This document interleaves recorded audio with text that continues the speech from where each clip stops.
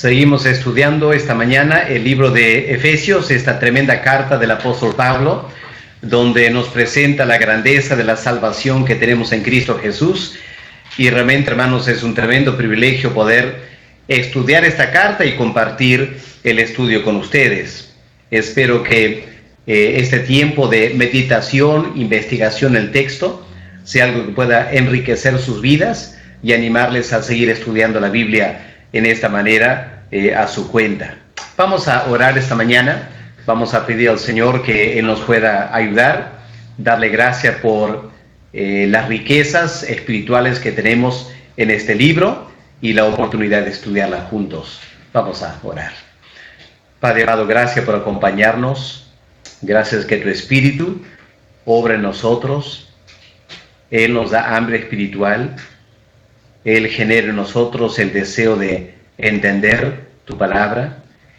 Y quiero pedir, Señor, que esta mañana, al meditar en ella, que pueda ser un manjar para nosotros.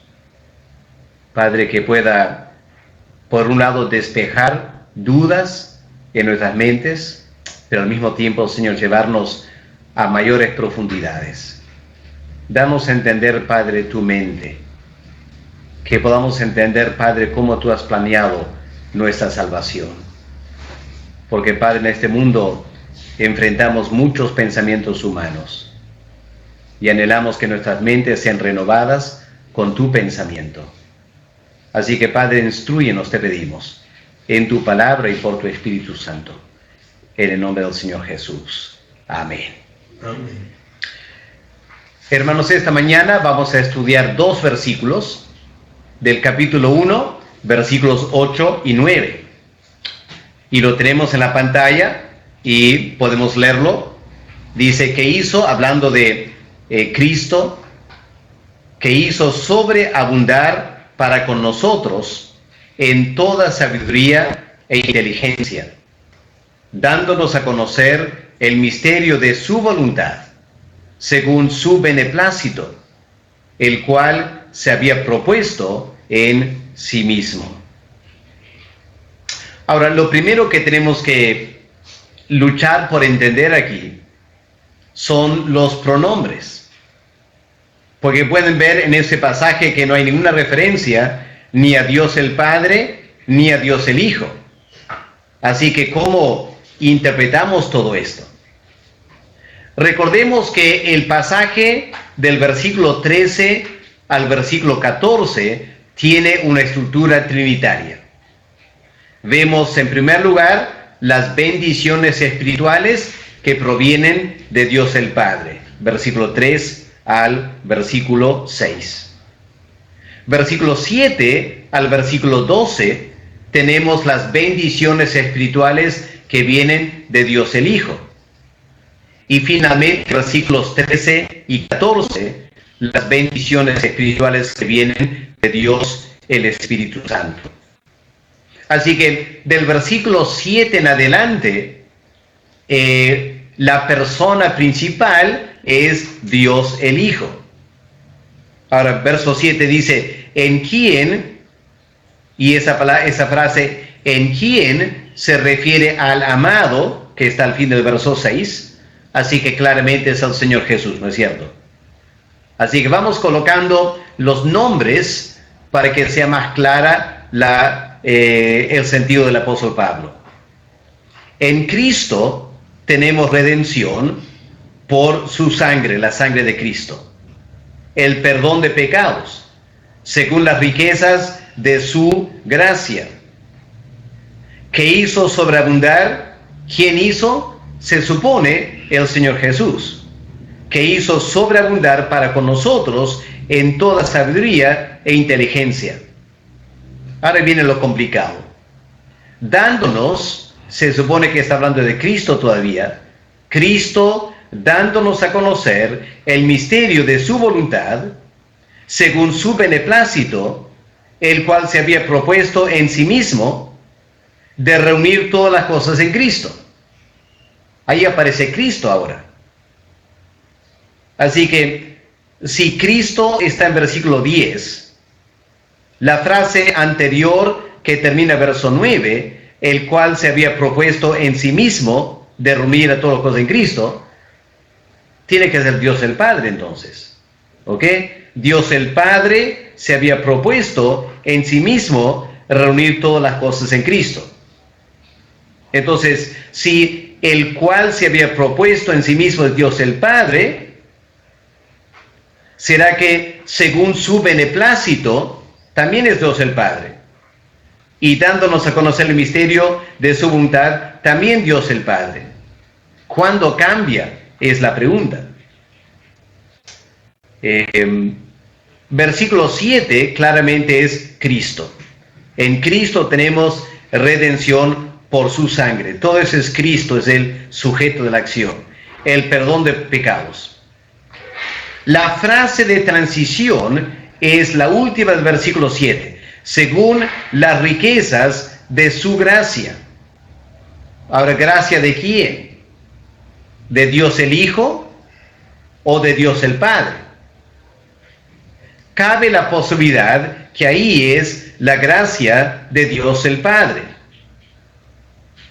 Lo digo porque en versículo 3 hay una bendición en primer lugar al Dios y Padre de nuestro Señor Jesucristo. Pero también porque en capítulo 2, el versículo 8, cuando Pablo habla de la gracia que nos salva, Pablo dice, porque por gracia sois salvos por medio de la fe, y esto no de vosotros, es don de Dios. Parece que está hablando de Dios el Padre, quien nos salva por medio de Cristo. Así que propongo la siguiente interpretación, para que ustedes la consideren, la evalúen. Que la frase al fin del versículo 7, las riquezas de su gracia, está hablando ahora de Dios el Padre. Es la gracia de Dios el Padre quien nos ha dado a Cristo para ser nuestro Redentor. Ahora, si Dios el Padre es el pronombre su al fin del versículo 7, pasaría también a ser el sujeto del verso 8. Es decir, que es Dios el Padre que hizo sobreabundar para con nosotros en toda sabiduría e inteligencia. Bueno, lo dejo para que ustedes piensen, es parte de la lucha que tenemos cuando estamos haciendo exégesis detallada, tratar de entender la mente de Pablo y, en este caso, cuál de las personas de la Trinidad se está haciendo referencia. Al final, en un sentido, no es de gran importancia, porque las tres personas trabajan mancomunadamente en nuestra salvación. Así que no queremos tampoco separar innecesariamente cosas que los tres hacen en su conjunto. Pero lo que quiero notar con ustedes, en primer lugar, es el versículo 8. Leamos el versículo 8. Está hablando de la gracia que nos salva, al fin del verso 7, las riquezas de su gracia. Y no contento Pablo con hablar de las riquezas de su gracia, al fin del versículo 7, en versículo 8 añade lo siguiente, que hizo, con referencia a la gracia, que hizo sobreabundar para con nosotros en toda sabiduría e inteligencia.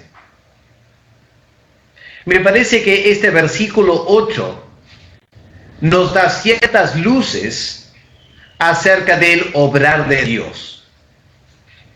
Cuando Dios se propone hacer cosas, en la creación, por ejemplo, o aquí en la salvación del hombre, ¿cuáles son algunas características generales del obrar de Dios? Me parece que la primera cosa que Pablo menciona aquí es generosidad. Esta es una marca del obrar de Dios, generosidad. Dios en Cristo no solo obró en gracia, no solo nos dio las riquezas de su gracia, pero estas riquezas sobreabundaron. ¿Pueden captar ese concepto? Sobreabundaron. ¿Se acuerdan cuando Cristo convirtió el agua en vino? Las bodas de Caná. ¿Cuánto vino hizo? ¿20, 30 litros? Eso podría haber sido considerado generoso. 30 litros. Imagínense al Señor Jesús haciendo 200 litros. ¡Wow! Eso sería exagerado, ¿no? ¿200 litros? Pero ¿saben ustedes que Cristo hizo a lo menos 600 litros de vino en ese momento? 600 litros. Estaban ya en plena fiesta, habían tomado bastante vino. Y no es que el Señor Jesús quería que se emborrachen, obviamente. Él quería contribuir a la alegría del evento. Y no contribuir con unas cuantas botellas. Ni eran botellas, ¿no es cierto? Eran vasijas de barro. Pero hacer 600 litros de vino, y excelente vino, habla esta característica de generosidad, ¿no es cierto? Otro ejemplo. ¿Se acuerdan cuando alimentó los 5,000? Eran 5,000 varones. Así que habían mujeres y niños también. Habían pasado todo el día escuchando a Cristo. Sí, no habían almorzado, no habían tomado lonche, recién iban a tomar lonche ahora. ¿Y con qué recursos contaban? 5 panes y unos cuantos pececitos. ¿Para qué? ¿8, 10,000 personas? ¿Hambrientos? El Señor Jesús, ¿qué hizo? Oró al Padre, pidió la bendición de Dios. No sé si dijo, Señor, multiplica para que alcance para todos. No sé qué oró el Señor Jesús en ese momento. Pero qué manera de contestar a Dios el Padre. El Señor iba partiendo el pan, repartían, comían una primera vez, comieron una segunda vez. Como decimos en Perú, se yaparon, ¿no es cierto? Disculpar no sé si es jerga o qué palabra será eso. Pero la Biblia dice que comieron hasta saciarse. ¿Y luego qué pasó? Cristo mandó a los discípulos, recojan lo que ha sobrado.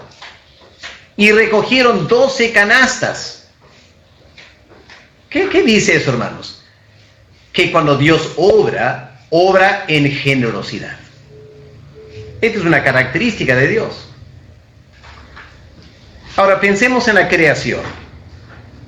Cuando Dios decidió hacer el concepto de un árbol frutal, pudo haber hecho 2 o 3 árboles. Un naranjo, un limonero, un manzano. Ya más que suficiente para una pareja, ¿no es cierto? Adán y Eva, ¿qué iban a comer tanta fruta? Pero hermanos, la Biblia indicaría que todos los árboles frutales fueron creados en ese momento. ¿Se imaginan la cantidad de fruta que hay en la tierra? ¿La variedad de frutas? Generosidad. O cuando Dios pensó en hacer las aves del cielo, Dios pudo haber hecho 2 o 3 clases de aves, ciertos colores, ciertas plumas, cierto tamaño. Pero ¿qué hizo Dios? Cientos, miles de tipos de aves. Generosidad. Así que esta es una característica del obrar de Dios. Ahora, cuando se trata de nuestra salvación, ¿cómo nos ha salvado Dios? Bueno, dice Pablo, Dios nos ha salvado en gracia.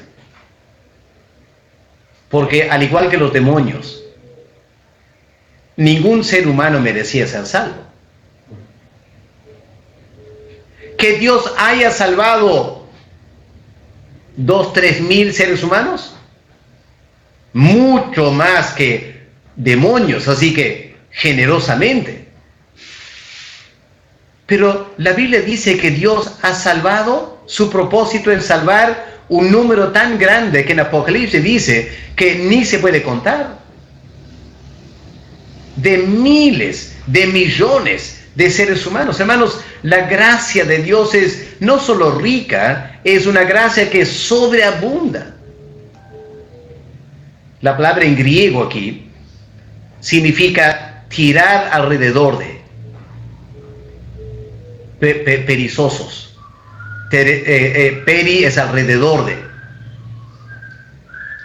Y es como, viene a mi mente ahora una práctica antigua en Inglaterra, cuando una persona muy rica se casaba. ¿Saben lo que hacía en Inglaterra? El novio, cuando se estaba despidiendo, agarraba bolsas de dinero y las tiraba al aire. Y los niños venían corriendo y ahí estaban todas las monedas alrededor de ellos. Generosidad. Ahora, el hombre no tenía por qué dar a nadie dinero. Se supone que era su matrimonio, la gente le debía darle a él regalos. Ahora, si él hubiera metido su mano al bolsillo y haber dado a cada niño 2 o 3 monedas, eso hubiera sido gracia, ¿no es cierto? Si le hubiera dado a cada niño 10, 20 monedas, las riquezas de su gracia. Pero ¿qué hacía el hombre bien rico? Agarraba cientos de monedas y las tiraba al aire. Y la tierra quedaba regada de monedas. Y la gente hablaba de la superabundancia, de las riquezas, de la gracia, de ese Lord o hacendado. Y hermanos, así es Dios con nosotros. Dios no es mezquino con sus bendiciones. Dios nos da en gracia y hace sobreabundar para con nosotros esta salvación, el perdón de los pecados, ¿no es cierto, hermanos? Dios no es mezquino. Sería increíble que el momento que Dios nos salve, Dios nos diga, bueno, mira, Alex, ya te he salvado, he perdonado todos tus pecados hasta ahora, ahora te voy a dar una manito. ¿Qué tal? Hagamos lo siguiente. Además de los pecados que ya he perdonado, te doy 20,000 más perdones. Wow, eso es gracia, ¿no es cierto? Porque no merecía eso. Pero darme 20,000 perdones no alcanza para mi necesidad, ¿no es cierto? Porque en tantos años he cometido más que 20,000 pecados, supongo. Hermanos, ¿pueden entender aquí la generosidad de Dios? Él nos ha soltado del pecado por su sangre, verso 7. Nos ha dado el perdón de los pecados, según las riquezas de su gracia que hizo sobreabundar. Es increíble esta salvación. Increíble. Es más que suficiente gracia para acompañarnos hasta llegar al cielo, sanos y salvos. Recordemos eso, hermanos, cuando Satanás viene para tentarnos a dudar. O cuando, después de haber cometido un pecado, pensamos que Dios jamás me va a perdonar más.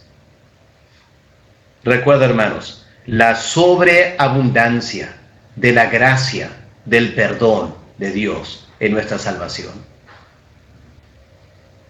Claro, no debemos abusar de esa gracia, ¿no es cierto? Eso sería terrible.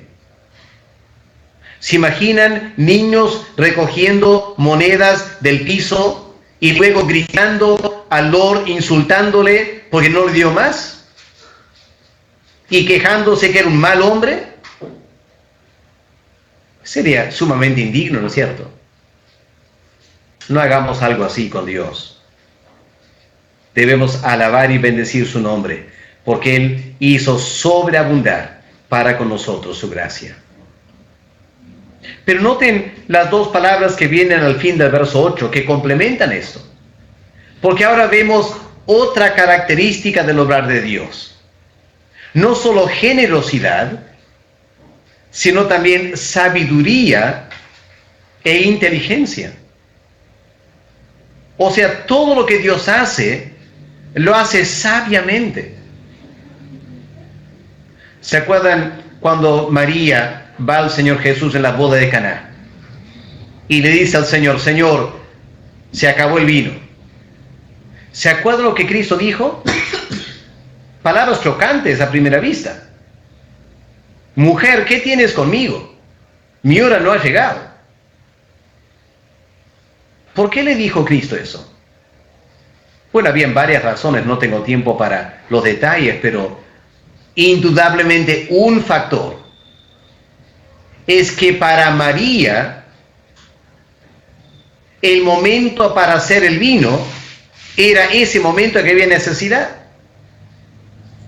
Pero Cristo, siendo Dios, guiado por el Espíritu Santo, quiso hacerlo con sabiduría y con inteligencia. No así nomás. Porque para María, lo único que le interesaba era suplir vino. ¿Qué es lo que a Cristo le interesaba? Que los discípulos creyeran en Él. Es lo que dice Juan, ¿no es cierto? Este fue el primer milagro que Cristo hizo y los discípulos creyeron en Él. Así que el Señor esperó las circunstancias apropiadas para hacer el milagro en el preciso momento que iba a impactar. Eso es sabiduría. Esa es inteligencia. Es igual con ese ejemplo de los 5,000, alimentar a los 5,000. Cristo pudo haberlos alimentado antes. Él pudo haber sugerido la alimentación. Pero Él esperó a que los discípulos hagan observación de enviarlos todos a su casa. Luego conversa con ellos y hay todo un proceso antes de suplir el pan y la comida para ese día, porque todo lo que Cristo hace, lo hace con inteligencia, con sabiduría. Y hermanos, a partir del versículo 4, tenemos que tratar de entender que el apóstol Pablo está hablando de todo el plan de salvación. Por ejemplo, verso 4, según nos escogió. Bueno, la pregunta es, ¿a quién escogió? Ya hemos notado esta sobreabundante generosidad en el número de los escogidos. Pero ahora pensemos en quiénes escogió Dios para salvar. En el quiénes escogió está la sabiduría y la inteligencia de Dios. Tenemos una indicación de eso en 1 Corintios, ¿no es cierto? Si miramos 1 Corintios, el capítulo 1, aquí está algo de la sabiduría y la inteligencia de Dios en quien salva. Dios no escoge al azar. No es que Dios tira monedas, este sí, este no. No es algo caprichoso. En la eternidad, cuando Dios el Padre determinó escoger a un número casi infinito de personas para salvar, cada persona escogida fue escogida con gran sabiduría e inteligencia. Miren aquí lo que Pablo dice, 1 Corintios, capítulo 1. El versículo 26. Pues mirad, hermanos, vuestra elección. La palabra vocación es elección. Que no sois muchos sabios. Algunos sí, pero no muchos, según la carne. Ni muchos poderosos, ni muchos nobles, sino que lo necio del mundo escogió Dios. Ahora, ¿para qué? ¿Cuál es la inteligencia? ¿Cuál es la sabiduría de Dios? Es para avergonzar a los sabios.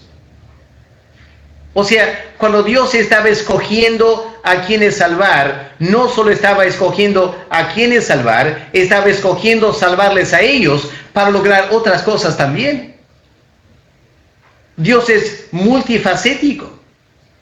La palabra multitasking en inglés se aplica a Dios. Dios no hace una sola cosa, hace varias cosas. Gran inteligencia, gran sabiduría en todo lo que Él hace. Y luego Pablo dice, débil. Dios escoge los débiles del mundo. ¿Para qué? Para avergonzar a los fuertes. Y lo vil del mundo. y lo menospreciado, y lo que no es, a fin de que nadie se jacte en su presencia. Ahí está la inteligencia de Dios. Dios ha escogido las personas para salvar, para que a lo largo de toda la eternidad nadie se jacte, nadie se vanagloríe, porque sería un pecado hacerlo delante de Dios. Qué inteligencia, qué sabiduría de parte de Dios. Esto que Pablo está diciendo aquí, ¿no es cierto? Hablando en general de la salvación de Dios, Dios lo ha hecho en sabiduría, en inteligencia. La elección, la predestinación, la adopción, la redención, el perdón de los pecados, todo el plan de salvación muestra tremenda sabiduría, tremenda inteligencia. La verdad, hermanos, es que nosotros, nuestra sabiduría, nuestra inteligencia queda pequeña ante la de Dios. Y por eso cuando empezamos a estudiar estas doctrinas, empiezan a haber preguntas en nuestras mentes. Hay cosas que no entendemos. Claro que no entendemos, porque no tenemos la mente de Dios para entenderla. Pero cuestionar a Dios, o decir que Dios lo hizo mal, que yo lo hubiera hecho de otra manera, ¿qué nos creemos? Nos falta entender esta gran sabiduría, gran inteligencia en la gracia y en la generosidad del obrar de Dios. Pasemos al versículo 9. Porque en verso 9, ahora Pablo amplía el panorama y nos empieza a mostrar algo más grandioso todavía. Lo que me fascina de este libro de Efesios es que tu mente se va agrandando porque tienes que ampliar tu cerebro para tratar de entender la grandeza de lo que Pablo está diciendo aquí. Con razón, a partir del versículo 15, el apóstol Pablo empieza a orar pidiendo que Dios dé a los creyentes inteligencia para entender esto. Vamos a llegar a eso más adelante. Pero leamos versículo 9. Dándonos a conocer, aquí también está la sabiduría, aquí también está la inteligencia, aquí está también la generosidad de Dios. Él nos ha dado a conocer el misterio de su voluntad, según su beneplácito, el cual se había propuesto en sí mismo, de reunir todas las cosas en Cristo. Ahora no quiero adelantarme al versículo 10, aunque el versículo 9 mira hacia adelante al verso 10, eso lo vamos a ver mañana, Dios mediante. Pero podemos mirar el versículo 9 hacia atrás. Porque la voluntad de Dios no es solo el verso 10, la voluntad de Dios empieza en verso 4, con la elección y la predestinación. Lo primero que Pablo dice es, y creo que Pablo quedó asombrado al decirlo. Pablo dice, Dios nos ha dado a conocer esta revelación. Ahora, ¿a quién le dio a conocer esta revelación? Bueno, Pablo dice, dándonos, no dándoles, o dándome. Está hablando de una revelación dada a ciertas personas. ¿Quiénes son? Los creyentes. Los ángeles no saben esto. Esta revelación no es dada a los ángeles. Los ángeles tratan de estudiarlo, hermanos. ¿Se dan cuenta? ¿Se percataron, hermanos, que los ángeles están escuchando esta clase? Porque primera de Pedro, capítulo 1, dice que los ángeles anhelan estudiar estas cosas. Claro, ya vienen estudiando con la iglesia 2000 años. Pero esta revelación no fue dada a los ángeles. Esta revelación fue dada a los seres humanos. Los ángeles recién lo aprenden cuando se dedican a estudiar con la iglesia, la palabra de Dios. Qué increíble es eso. ¿Y quiénes somos nosotros? ¿Qué es lo que acabamos de notar en 1 Corintios capítulo 1? Que Dios ha revelado esto a los débiles, a los pobres, a los insensatos. La verdad es que la iglesia es básicamente ignorada por la sociedad, al menos la iglesia evangélica. No se nos considera para nada. En parte tienen razón, porque humanamente hablando no somos nada. Pero aún no siendo algo, el eterno Dios nos ha revelado su voluntad. Increíble. Ahora, habiendo notado a quién fue dada esta revelación, vamos a ver ahora qué fue revelado. ¿De qué revelación está hablando Pablo? Bueno, Pablo dice, dándonos a conocer el misterio. ¿Cuál misterio? El misterio de su voluntad.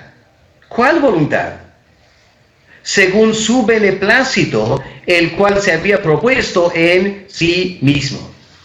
Ahora, hermanos, la voluntad de Dios tiene que ver con todo lo que Él hace. Y en este capítulo, específicamente con nuestra salvación, el plan de salvación, que empieza con la doctrina de la elección y termina con la doctrina del sello del Espíritu Santo. Esta es la voluntad de Dios para los seres humanos, cómo Dios nos salva. Y Pablo dice, Dios nos ha dado a conocer su voluntad. Pero noten la palabra misterio. Dándonos a conocer el misterio de su voluntad. ¿Qué significa la palabra misterio? La palabra en griego significa algo que no se puede conocer a no ser que Dios lo revele. ¿Ok? Es algo que no se puede conocer aparte de la revelación de Dios. No es algo misterioso, no es algo esotérico que nadie puede entender. No, eso se puede entender. Lo que no se puede entender si Dios no lo revela. Así que lo que Pablo está diciendo es que todo el plan de salvación es algo que el ser humano nunca hubiera inventado por sí mismo. Por eso el cristianismo difiere de las demás religiones en muchos puntos en la salvación, porque no es algo que el ser humano hubiera pensado.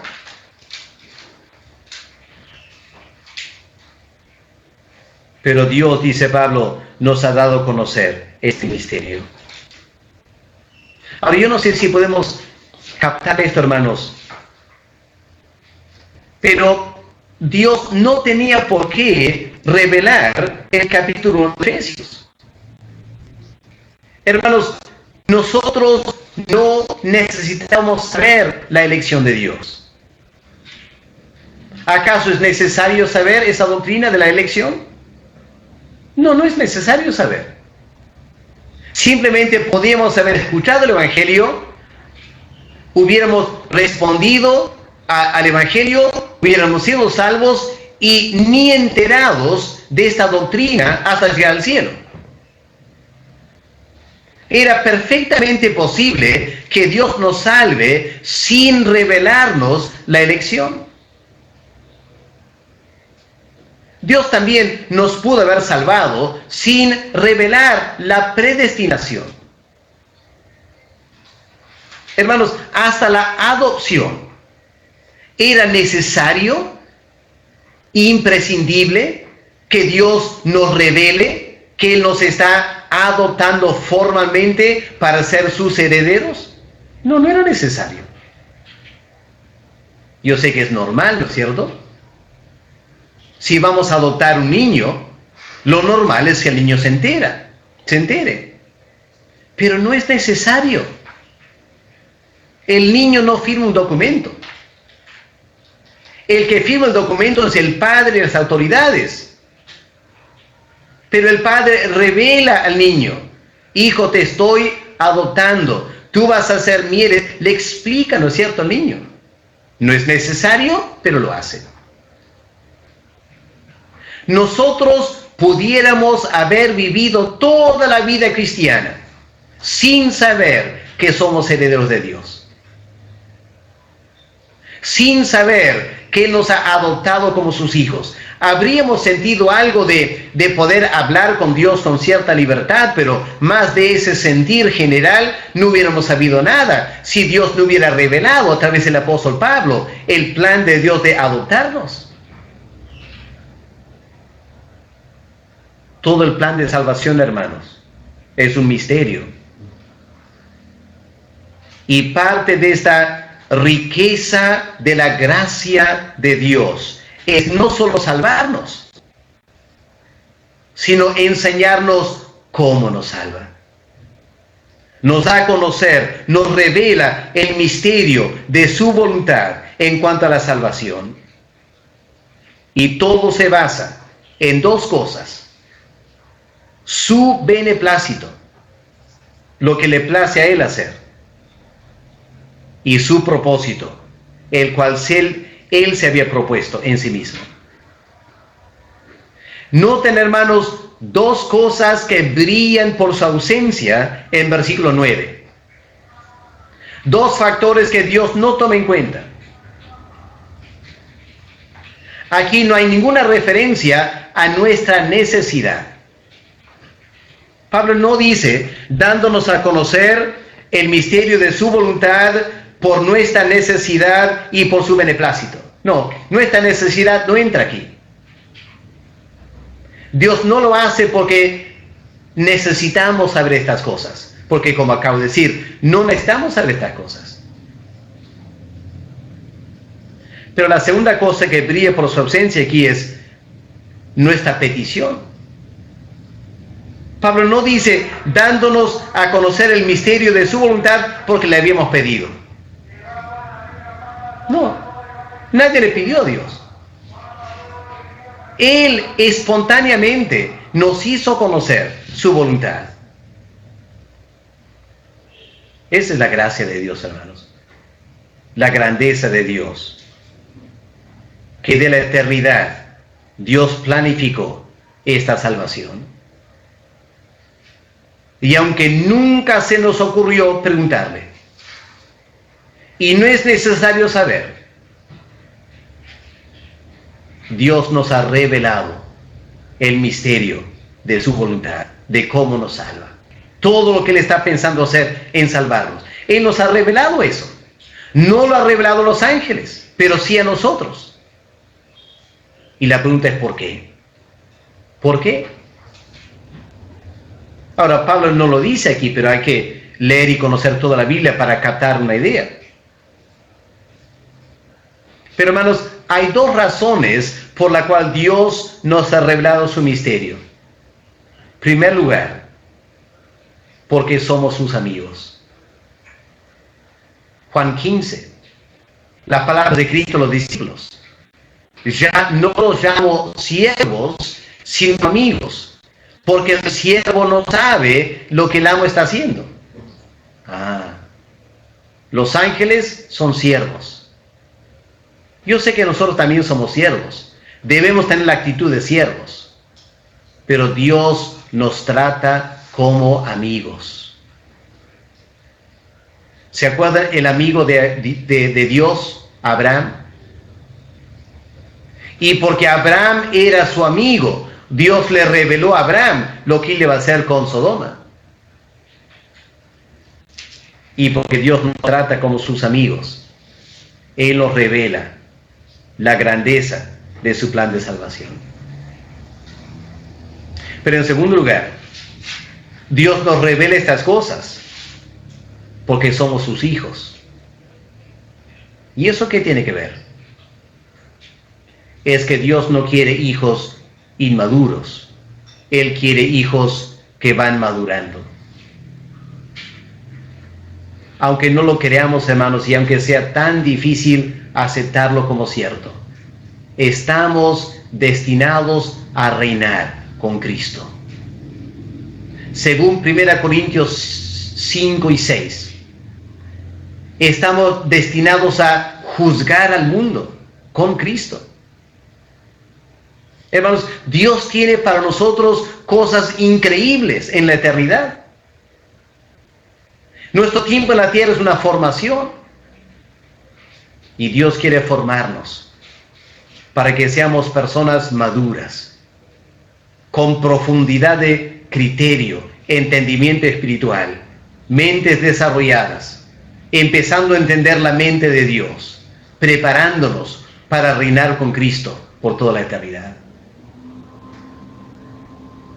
Por eso, hermanos, estoy estudiando de esta manera con ustedes, para que crezcamos un poco más en nuestra vida espiritual, para que desarrollemos un poco más nuestros pensamientos, no quedemos como niños infantiles con leche espiritual. Es tiempo de tener carne. Y es lo que estoy queriendo darles, hermanos, de la cuarentena, un poco de carne espiritual del libro de Efesios. Mañana vamos a llegar a algo muy difícil de entender, versículo 10. Este plan de Dios que nos ha revelado de reunir todas las cosas en Cristo. Todas las cosas. Hasta Satanás y el infierno. Todo va a terminar reunido en Cristo. Este es el plan de Dios. Wow. Que Dios nos ayude a ampliar nuestra mente para entender lo que Dios ha revelado. Hay ese versículo en Deuteronomio, creo que es, ¿no? Las cosas que Dios nos ha revelado son para nosotros. Hay otras cosas que Dios no ha revelado. Pero lo que Él sí ha revelado es para nosotros y para nuestros hijos. Y es nuestra responsabilidad tratar de entender todo lo que Dios ha revelado. Ok, hermanos. Así que lo vamos dejando ahí por esta mañana. Ahora, habíamos dicho que los miércoles no iba a haber tiempo para preguntas, porque era hora del almuerzo. Pero resulta que hemos terminado 15 minutos temprano. Así que, ¿qué les parece si damos unos minutos para que puedan hacer una pregunta, si es que quieren hacerlo, antes de terminar, para que cada uno vaya a su respectivo almuerzo? ¿Ok? Unos minutos entonces para alguna pregunta que pueda haber, como hemos terminado un poco temprano estamos ya pasado meridiano.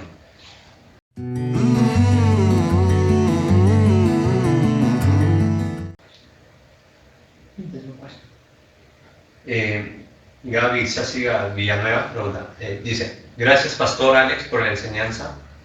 Pastor, si la madurez es importante, porque es lo que nos da sabiduría en todo, ¿cómo será con los que no llegan a madurar? ¿Qué lugar tendrá el reino? ¿Su Dios nos dará la responsabilidad de juzgar? Bueno, la madurez espiritual depende de varios factores. Obviamente hay una relación entre el número de años que tenemos como creyentes y la madurez espiritual. El ladrón en la cruz murió salvo, pero no tenía madurez espiritual. En la medida que van pasando los años, debemos estar madurando. Hay un proceso normal de madurar.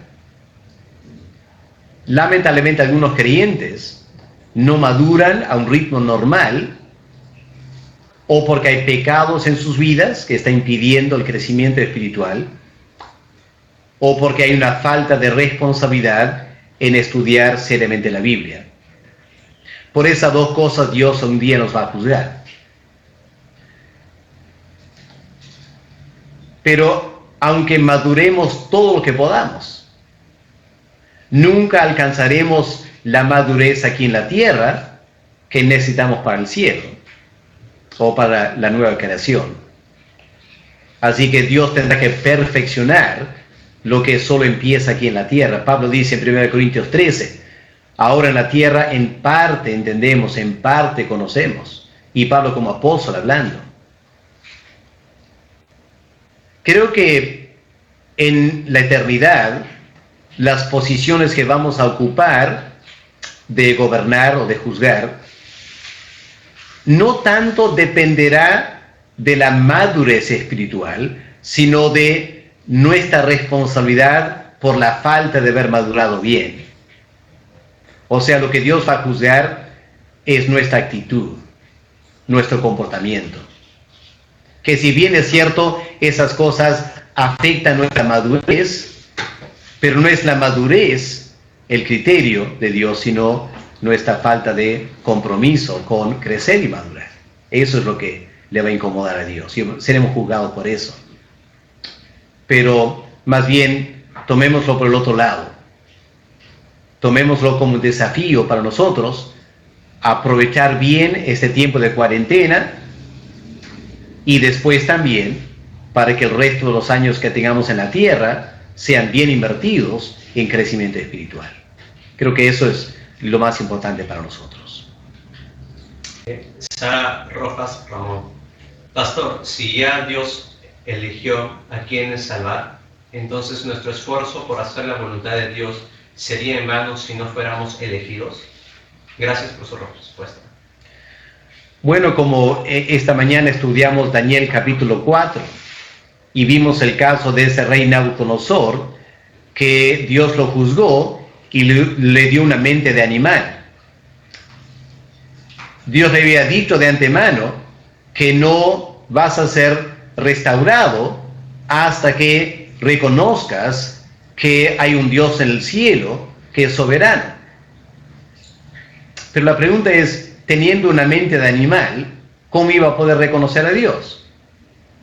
Dios tiene que hacer algo en su corazón, en su mente, para que él pueda reconocer. Y efectivamente eso fue lo que pasó. Al fin de los 7 años, el tiempo determinado por Dios, Dios sobre su gracia, en la mente de Nabucodonosor, por la gracia y el obrar de Dios, Nabucodonosor pudo reconocer quién era Dios y fue restaurado. Algo parecido es para nosotros en la salvación. Solo que nuestra condición era peor que la de Nabucodonosor. Él siquiera tiene una mente. Nosotros estábamos muertos en nuestros delitos y pecados. Así que, a no ser que Dios haga una obra en nuestras vidas, nadie va a poder responder al Evangelio. La Biblia indica que Dios ha escogido a quien Él va a salvar. Entonces, para que esas personas sean salvas, lo que Dios hace, al igual que hizo en Nabucodonosor, Dios obra en esa persona en muchísimas maneras, una tremenda variedad de maneras, para que esa persona escuche el Evangelio y escuchando el Evangelio, crea el Evangelio y creyendo el Evangelio se arrepiente del pecado y empieza a seguir a Cristo.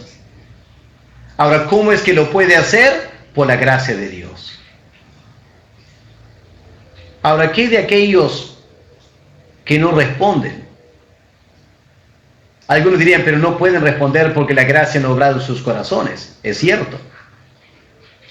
Pero Nabucodonosor, ¿por qué tenía una mente entenebrecida? Por su pecado. Nosotros, ¿por qué estamos en esa condición espiritual de estar muertos? Por el pecado. El pecado de Adán, sí, pero nuestro pecado también que nosotros aportamos. Porque noten esto, aunque no tengamos la habilidad de responder al Evangelio aparte de la gracia de Dios, sí respondemos al pecado muy bien. Y vamos a ser juzgados por Dios, por la manera que personas han respondido al pecado.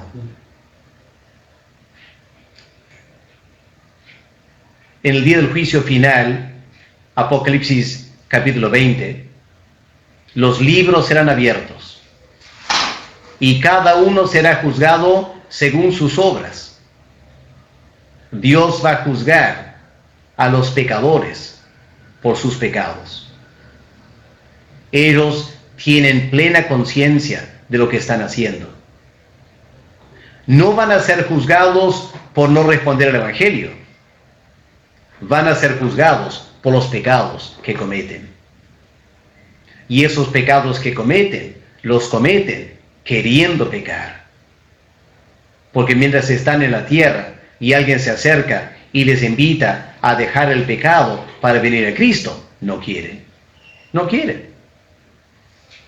Así que ese es básicamente cómo obra Dios. Habiendo dicho todo eso, reconozco que queda todavía un misterio por resolver. Es el misterio histórico, la paradoja entre la soberanía de Dios y la responsabilidad del hombre. Creo que nunca lo vamos a entender bien aquí en la tierra. Solo tenemos que aceptar lo que dice la Biblia y tratar de entender en la mejor forma posible. Pero Dios considera al ser humano responsable por su condición espiritual delante de Él. Okay. Natalia Reger pregunta, buenos días, pastor. ¿La madurez es decisión individual entonces o es un don de Dios? Gracias por la respuesta. Es un don de Dios en el sentido de que todo lo que avanzamos en la vida cristiana es por la gracia de Dios. O sea, la salvación empieza por gracia y continúa por gracia. Este libro de Efesios, en versículo 2 del capítulo 1, el apóstol Pablo dice, gracia a vosotros. No sé si sabían, pero la palabra para don espiritual viene de esta palabra gracia. Todo es de gracia. Así que al final, el madurar en la vida espiritual es por la gracia de Dios, es un don de Dios. Pero también hay un elemento de responsabilidad humana. Dios no me va a hacer madurar contra mi voluntad. Y para madurar tendré que hacer un esfuerzo y sacrificarme. Y para madurar tendré que dejar de ser infantil y empezar a asumir responsabilidades. Así que las dos cosas son ciertas. Dios me ayuda a madurar, ahí está el don, pero yo tengo que poner de mi parte. Esa es mi responsabilidad. ¿Ok? Así que cumplamos con nuestra responsabilidad y Dios nos va a ayudar a poder hacerlo. Lo dejamos entonces, hermanos. Vamos a orar, pedir a Dios que Él pueda bendecirnos. Si por alguna razón alguien está escribiendo una pregunta larga y llega un poco tarde, le voy a contestar por escrito, ¿ya? ¿Ok? O una grabación quizás. Vamos a orar para terminar.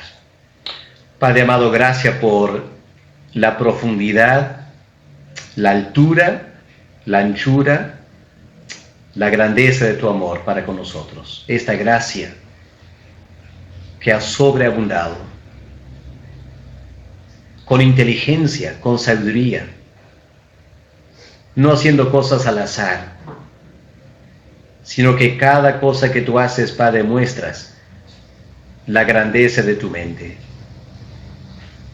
Perdónanos, Padre, porque somos tardos para oír y muy rápido para quejarnos. Y cuántas veces, sin haber entendido bien el asunto, se levantan preguntas críticas en nuestras mentes contra tu gobierno. Padre, pedimos que tú nos ayudes a aprender de pasajes como este. Y Padre, la próxima vez que algo que tú haces no entendemos, que guardemos respeto y reverencia y empecemos a meditar, Padre, que seguramente lo que estás haciendo es demasiado complejo para que entendamos. Pero pedimos, Señor, que tú nos ayudes a crecer en nuestro entendimiento espiritual. Que poco a poco, Padre, podamos entender las profundidades de Dios. Que podamos ser esas personas que reciben entendimiento espiritual. Porque, Padre, tú quieres que maduremos, que crezcamos, que dejemos de ser niños, que puedas hablar con nosotros como adultos. Pero para eso, Padre, nos hace falta tu gracia y tu Espíritu trabajando en nuestros corazones. Así que Padre, sigue hablándonos. Gracias por la clase y acompaña durante el resto de este día. En el nombre del Señor Jesús te lo pedimos. Amén. Amén. Amén.